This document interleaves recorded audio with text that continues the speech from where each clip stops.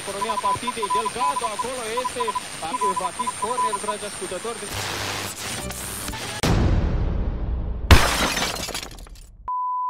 Hello everybody, welcome back. We have a trailer discussion of the new Sonic the Hedgehog film trailer that's just been released today by Paramount in the wake of the previous one that was widely kind of criticised for being fucking weird, basically. There's no other way to put that. We just thought it'd be a good topic to get onto. I would like to thank Ewan Callister for drawing this to my attention on Twitter as soon as it dropped. Ewan reacts and interacts with everything we do, so thank you, Ewan. We do recognise you very much, so cheers for that. So that's what I watched it, and then I got straight onto Duncan and said, Duncan, we should talk about this, and here we are. So Duncan, what are your thoughts on Sonic the Hedgehog V2? V2 2.0 2.0, yes. It looks like a fun kids film. I mean, you know, the first trailer, I don't remember too much about it, but I do remember it being kind of odd and like bonkers and out there and utterly crazy, and it looks like they've sort of toned down the crazy a bit and made it more of a, like, I don't remember James Marsden being in the first trailer, but I guess he must have been. But yeah, he was. They've reused some of the same footage of it has been reused, and I think that's done pointedly to say here's the same scene with the new Sonic and stuff like that. Okay, yeah, but I mean, look, it's obviously very high concept, silly, outlandish stuff. But I mean, in terms of my wheelhouse, I don't really care. You know, I mean, sure. Be whatever it'll be. But it looks, it looks in the same sort of. James Marsden seems to end up doing these things. What did he do about the Easter Bunny? There's that one where he did with Russell Brand. Yes, that's right. That's right. That's right. It's always on. It's always on TV, and my wife seems to love watching it. She always goes, I haven't seen it. I'm like, you have seen it a million times. No, I haven't. And anyway, but yeah, so James Marsden seems to get stuck with these kind of things. I like Jimmy Marsden though. I'm a big fan of his, and I like Jim Carrey. Although Jim Carrey just seems to be doing Jim Carrey, but then that's what you want, isn't it? Yeah, that's what you're getting for, right? Yeah. So the new design of Sonic looks more in keeping with Sonic, it seems. I think this is a vast improvement in every sense. I mean, just for clarity, two 35-year-old men discussing the Sonic trailer, the point being that in terms of a film industry upset, it was quite a big one, and I think it's worth talking about, and I think it's worth kind of chewing over again. And obviously a bunch of animators have had to... Actually, friend of the show, Sam Gavin, tweeted something out this afternoon, about an hour ago, which I think I'm just going to read out. A moment's silence for the VFX department that haven't seen their families in months to get this inevitably terrible movie out in time looking less visually awful. The Hollywood industry is trash, but we see you. Have a good night's rest. Now, Sam's saying the movie's probably going to be awful. Fair enough. I won't go into that, but he has a very good point in that a number of VFX artists they've had to rip the guts out of a whole movie and do it again. You know, and I will say I'm going to come down also on the sides that original design was awful. I mean, it was really, really bad. It had a kind of weird, grotty realism to it. Like, he had little white hands and kind of his teeth and just the way... It's just, guys, it's about a magical cartoon hedgehog. He can look like a magical cartoon hedgehog. Don't worry about it. And I think this design is, it's a lot closer to the comic one, and the argument is that the comic one, the cartoon, the game one, the argument is that you should just pan it to people on the internet, but they fucked up. I'm sorry, I know a lot of people put a lot of work into it initially. It looked awful. Even I don't care particularly about a Sonic film or whatever, but it was just really bad as a design choice. It had kind of weirdly human features. It kind of straddled the uncanny valley. Sort of wanted to be sort of two things at once. This is a big improvement, I think. Yeah, I'm looking at it now. I've just googled some before and after pictures, and yeah, God, yeah, it was weird. Yeah, I remember that. It was way more kind of anthropomorphic, wasn't it? It was very like, even down to his proportions. Like his limbs were much more kind of like a human proportion. Yeah, God, that must have been a nightmare to try and reanimate, because if you set every shot up to be a certain way, and then you've completely changed the character. Like I say, yeah, like rip the guts out the whole thing. I mean, it was an awful design. It was just sort of wanted to be realistic, but at the same time is ultimately a magical blue hedgehog from a Japanese video game. So why are you doing that? Because it had like human... It was genuine. I will shut up about this in a minute, but it was genuinely kind of unsettling to look at. He had kind of like human calves and those little hands and stuff. He's got his like wearing trainers, although I don't know if the new one's wearing trainers. But it's things like like you say, it's just that his hands and his feet he wasn't wearing the gloves. His nose is like a nose, like a sort of animal's, like a hedgehog's nose. I guess it's like literal, whereas the new one's just a sort of black bobble on top. Which makes sense, you know. I mean, yeah, like you say, if you're doing something about an alien from another dimension, I mean, that is really, it's like the Teenage Mutant Ninja Turtles thing, isn't it? It's that kind of like, why are you trying to do this realistically? Just do it. Yeah, fine, do your realistic Batman film, you know, whatever. But for Sonic the Hedgehog, I don't really think the same rules apply. So yeah, vast improvement. That's purely from the character design thing, and that was obviously a big thing, and that's why we talk about this, because it was a big upset in the kind of film landscape. And you know, we're just internet film twats, and it was mostly discussed by internet film twats, and I really need to emphasise that these kind of things are mostly the concerns of internet film twats and not the wider public. But it's a big improvement, and not only that, I was a little bit charmed by this trailer. I mean, it's not for me.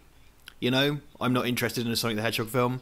I certainly have my concerns. I think the characters come to the real world thing rarely works. You know, I mean, I think if I was to do it, it would be 100% animated fantasy film set in the Green Hill Zone or whatever, about a magical blue hedgehog and his enemy that builds robots. It doesn't need to come to the real world.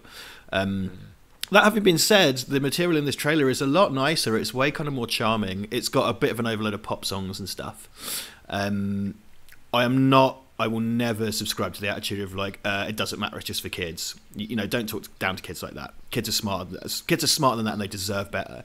But that being said, you know, this all round, if this was the first trailer that come out, we'd have all kind of went, okay, I don't see the point in this, but fine. Instead of, oh my god, kill it with fire. Yeah, I mean, yeah, like you say, I mean, I don't give a toss either way, but it is weird. It's just an odd decision. I don't know. I mean, I think it probably speaks to a certain degree of like paranoia around the whole project, I suppose. Is that I think, do you know what I think is symptomatic of the fact that there's so much riding on these properties now, and it looked like that original design was probably committed into the ground. That's why it's like, we need to make it look like this, but we need to make it look like that. It's just it's one of those no man's land designs that pleases no one, unsettles people, and is like, that was clearly made, you know, yeah. I mean, it was just a bad choice, wasn't it? You know, it's like a focus group came up with it, and yeah, it's like, I mean, but it speaks to the fact that they're probably just trying to cover so many bases and trying desperately not to, you know, I mean, I don't know what the budget is for this, but I'm guessing it's quite high, and that would have ballooned on the basis of having to reanimate a bunch of stuff, because you know it's analogous, if not the same, to the Justice League reshoots. You know, they're not physically reshooting things as far as we know, it's reconstituting animation. So as far as we're aware, you know, the plot of the film, the tone of the film hasn't changed. It's the main character has to be kind of recreated from the ground up, and all of those people that have been working their guts out have been paid for their time, we hope and assume, over the last few months to get this in on time. And then, you know, Paramount have to a big push to say, oh look, we fixed it. I mean, in terms of its tone, one of my big bugbears, as you've heard me say many times, is adaptations of video games are pointless. You know, the reason Tomb Raider is an interesting game is because of all the exploration you do in it and the sense of discovery. For example, Resident Evil is you kind of gratified by your ability to solve puzzles, and there is a story to it, but the point isn't the action, it's more about the experience and the sense of horror and dread. Sonic the Hedgehog was a fast-paced platform game with minor puzzle elements. At no point did I think, oh well, I hope he could team up with a cop in real-world San Francisco, or I'd wonder what his motivations are. You know what I mean? Yeah. So it's kind of, I will double, triple, quadruple, and quintuple down on that till the day I die, because I'm yet to see the good video game film. It's and as well, it just seems to be, you know, a lot of the very popular video games are cinematically inspired. I mean, arguably Sonic is sort of cinematically inspired in that it's a visual game. It's very much like that momentum, that, you know, controlling a sort of momentum and stuff like that, and running really fast and all that kind of thing, especially when it got to the kind of 3D realm. You know, it's sort of visually appealing, but like you say, how do you take a mechanic and try and turn it into a feature film? And I say this as, you know, someone who's just come out of a arguably one of the most sort of involved crossovers between video games and cinema, you know, recently. But I mean, but then that's a live action thing. that involves, that's adding interaction to live action rather than sure. Yeah, taking... that's a different kind of kettle of fish. And again, Indeed. How do you have that discussion? Because Erica, the game in which Duncan is in, available now on PS4, is a deliberate kind of crossover between those things, which was something that was experimented with and failed in the 90s because the technology wasn't ready, and it's a different thing. I mean, you could make an Erica film by editing that footage, but I don't know how interesting it would be because that footage was filmed with the intention of making it about multiple choice and about a user-directed experience. Yeah, I mean, in a way, you are the editor with that game. I mean, that's essentially the role you're playing, although, albeit with an idea to seeing different outcomes and different, things go on. But yeah, I mean, it's designed for that. But I think, like we saw with Max Payne and all that. I mean, the Max Payne especially, that's the one I tend to refer to the most. That was a sort of film noir / Matrix inspired game, and now you're trying to take something that's inspired by genre cinema and turn it into its own thing in the cinema, and it's like it was just a very, very, very bland procedural. That's the adaptation that inspired my pork sausage meat analogy from years ago, because it was a deliberate kind of homage to John Woo and film noir, and it was like, how can we make it's essentially adapting a loose number of genre tropes into a game. How can we make this into a fun and exciting game? And then they just turned it back again, and it's like no. The story to Max Payne, while told in an interesting way, because that game used a lot of interesting devices, mainly the graphic novel thing, which was dropped mostly for the third game, wasn't a really interesting story. Let's face it; it was more about giving you the abilities you had, and it's a controllable kind of John Woo experience because it was developed concurrently with The Matrix, really, so it was already happening independently when that came out. But obviously, I think a little bit of that kind of salt and pepper went in there. I mean, oh, bless you. Sorry, excuse me. I tried to hold that off. a three-dimensional internet sneeze. So yeah, I mean, I have fundamental issues with the concept of adapting video games unless you've got something really clever to do. I mean, Wreck-It Ralph is not a video game movie; it's a movie about video games, and it's all right. I'm not nuts for it, but it's kind of cool. It's nice. It knows its it knows what it's doing. It knows its influences. It's kind of Toy Story for games, and that worked. And I haven't seen the second one. I will say, so in terms of, I'll get into the deep cuts a bit, because I know this is one of these things where this might be a touch more of a me thing than a you thing. The trailer has bits from the Sonic the Hedgehog 1 score, so it's got the Sonic theme and the Green Hill Zone theme in kind of orchestrated versions, in that kind of way they do for film stuff. Now, whether or not that was added as extra spice because of what happened, I don't know. And when he's in the little baseball, game, he's got a hat with a GH on it, which I'm guessing is Green Hill Zone. Shows him running around the Green Hill Zone in the loop. It's hard to know how much of this stuff has been added. I think the whole concept always was that he comes from his own dimension and he uses the rings, I guess.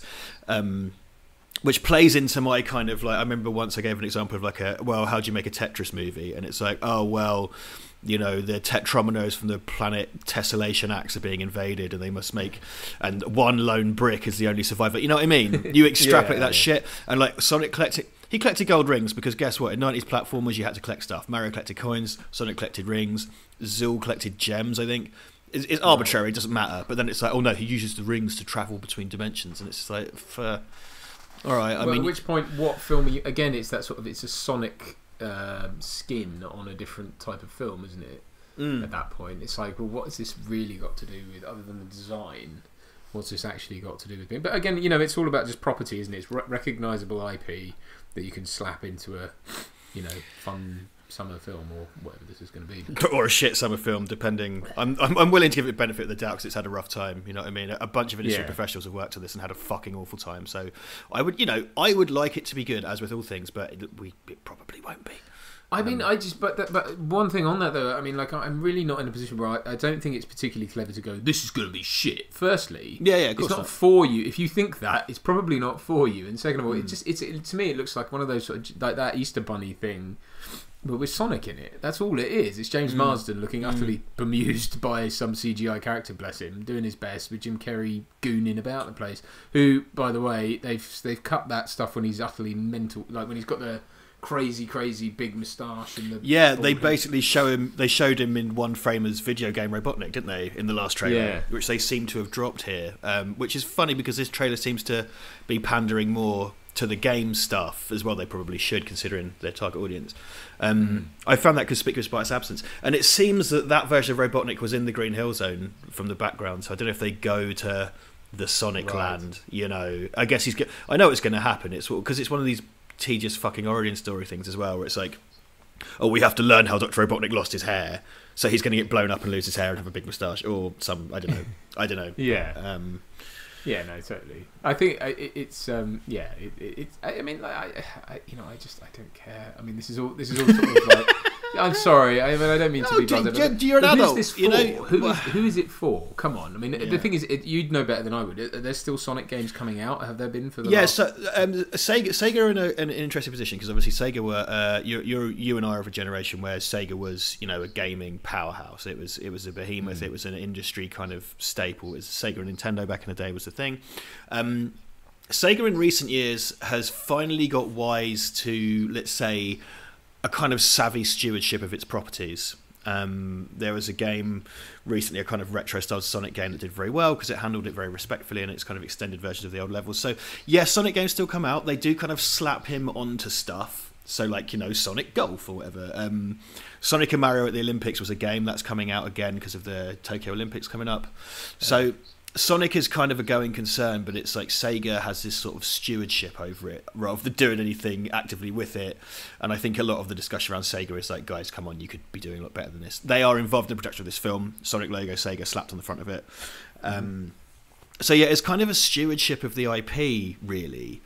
And obviously they've gone to Paramount and gone kind of make us a movie. Which is kind of, because I know Capcom were involved in the Resident Evil games, for example, and in terms of their producership, and I believe Nintendo had some.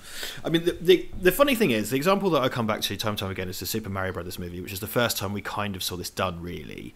You know, discounting things such as Tron or whatever, or War Games, because they're not based on an actual game. Though games were then based upon them, of course. So the Mario movie had to bend over backwards to make sense. So there's like, oh, well, they're human plumbers that go to the Mario Land, which, oh, we're going to get the directors of Max Headroom, so they go into this kind of industrial, gothic, alternate dimension. Because they had to bend over backwards to make sense of that game plot. And this is kind of the inverse of that. You know, Sonic comes to the human world, and it's a bit like, why do that if this is aimed at kids? And I think the same for Mario film, because I think a Mario film is in the offing from one of the animation studios. Do a fully, you know, by all means, get Jim Carrey and James Marsden as voices, like whatever. But if you've got to do it, you know, and I would say don't. If you've got to do it, do a fully fledged animated fantasy. Go nuts. Do a 90-minute. You know, get some snappy writing in there. Like, do you know what? Spider-Verse, Lord and Miller style thing. Do Spider-Verse for Sonic. You know, it doesn't have to. I'm not saying he's a Dimension device, but do a fun, snappy, with a cool soundtrack animated Sonic film. Yeah. Yeah. No, it makes sense, man. I mean, I think as well. Don't bet the farm on everything. You know, that seems to me the smart thing to do is don't make this for a ton of money. You know, do you need Jim Carrey? I mean, I'm assuming Jim Carrey doesn't come cheap even now. I mean, he's not at the height of his. I would expect he's probably quite a big chunk of change as far as this goes. You know what I mean? No offense to James Marsden, but he's not a massive star or anything. I'm sure he cost a few quid, but you know, it costs more than I would. But yes, but yeah, no, he's. You know, but I know what they'll say. They'll say this IP deserves a big release and all that kind of stuff.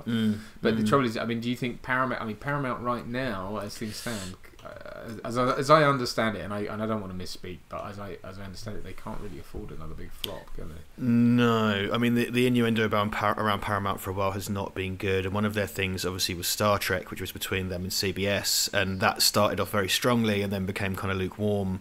And there's been, you know, I think one of the big IPs they were banking on was Star Trek, and that's kind of fallen into creative issues and stars have walked away and stuff like that.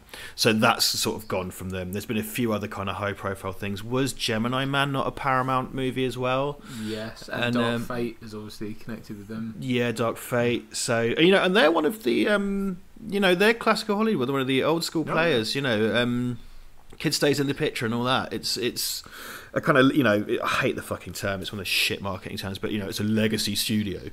So it'd be kind of sad to say, well, is this just sort of like the diseased dog that gets bought up by Disney? And, you know what I mean? I hope not, because I would like to see some, independent studios out there. But I mean, again, it's the back catalogue, isn't it? I suppose that's what would make them attractive to a buyer. And if they get desperate, then I don't know. I'm speaking like I'm the authority on it, and I really don't like it when people on YouTube do that. So I don't know, but from the sort of layman point of view, I suppose it doesn't seem like they can sustain. I mean, they're talking about 120 million loss on Dark Fate. I mean, if that's going to be spread out between the distributors, I should think, rather than it won't just fall to Paramount but yeah, I think Paramount distributed it on like in cinema release or something. I'm not sure. Yeah, I think it was because the distribution deals for the last few Terminators have been, I think, because Fox handled some of Dark Fate as well, and I know Warner's distributed 3 in this country, and it's a bit messy, so I don't really know, but presumably that involves some kind of dosh in there. I mean, I think A Quiet Place, that was Paramount, so they haven't been without their hits. Yeah. I mean, Paramount have always been that kind of slightly middle of the lane thing. I mean, I know they're tied in with CBS as well, which again takes you back into Star Trek stuff, which is a huge IP. They've had, I believe, because they acquired DreamWorks, didn't they? And they got like a maybe 2013-14 library or something like that. I'm not exactly sure what that was, but I mean, there's again, internet film twats, which is what we are. There's a constant kind of there's a constant yes, well, no, you are as well. There's that kind of innuendo around Paramount that things aren't doing so good. So I don't know I don't think that Sonic the Hedgehog is going to be the one to turn that round, not particularly with they've just paid a bunch of bloody change on redoing Sonic. No. And I say that with no glee or avarice at all. I mean, I want them to do well. Like you say, they have been, they've been taking chances on stuff, and I really look, it's laudable. Unfortunately, I suppose the Sonic is the kind of thing they would think would be a surefire hit. And the trouble is, what the sentiment's like now. It's this sort of joke that it's like you might get the kind of people who want to go see a car crash crowd, but is this is it already a dead duck before it even gets into cinema? Yeah, well, I think it's for kids. I think it's for your kind of 8 to 12-year-olds, which is fair enough because the games initially were kind of aimed at kids, and they're good games. I mean, I will say this much, and I'm not sure if you're aware of this, but like the Sonic fandom is involved and really fucking passionate. I mean, like people really care about Sonic, and there is some weird shit on the internet, pregnant Sonic fetish and stuff like that. There is some what? Oh yes, Duncan, yeah. There is some weird shit. So I will say this, and I mean this with the utmost respect as well, because there's weird shit in all fandoms, and I'm not having to go at the Sonic fans. Sonic fans really care about Sonic. I mean, there's a deep passion for that character and that world, because there's been comics and stuff that Fleetway did the British arm of the comics, when there quite a lot of famous British comics writers and artists worked on the kind of mythology. There's animated series and stuff, there's quite an involved mythology to it and whatnot, so there's I don't know how, I don't think they're going to represent box office numbers in a way that's going to set this thing on fire. But there are a bunch of people that are going to see this opening day, a bunch of adults our age and roundabouts who are going to go see this on the first day, and some who are going to see it multiple times, regardless of what it's like. It's like me and the Dread thing, right? Right. I was going to go see it a bunch of times, whatever, because it's my thing. It's the thing that I'm into.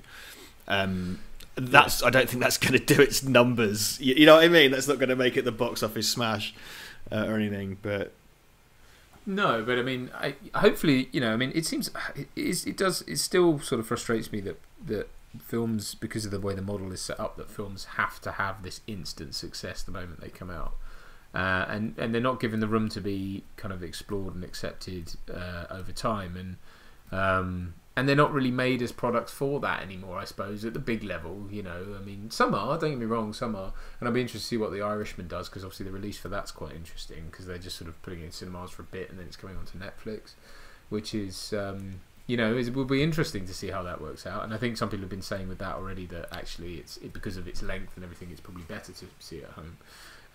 So it would be nice to see them sort of go, look, this is if they were just clear about it. And I suppose the trouble is the the weird anthropomorphic design at the beginning suggests that they're trying to appeal to not just kids. Maybe that's what it was. Maybe like the budget for this is so high that we need to try and somehow make it appeal to adults as well, so we get their money. I don't know. Like it's very hard to know where that came from, isn't it? Because the tone, I don't think the tone has changed from trailer 1 to trailer 2 in terms of its everything other than the look of Sonic. But it's kind of like, why? I know it's set in the real world, but why have this strange halfway house of him being kind of... You can't have a realistic anthropomorphic magic hedgehog by its own nature is not a thing, so just go for the cartoon thing, which they've now done. And I will say, absolutely, I mean, I was kind of a little bit charmed by this version of the trailer. I didn't hate the writing, I didn't hate the performance.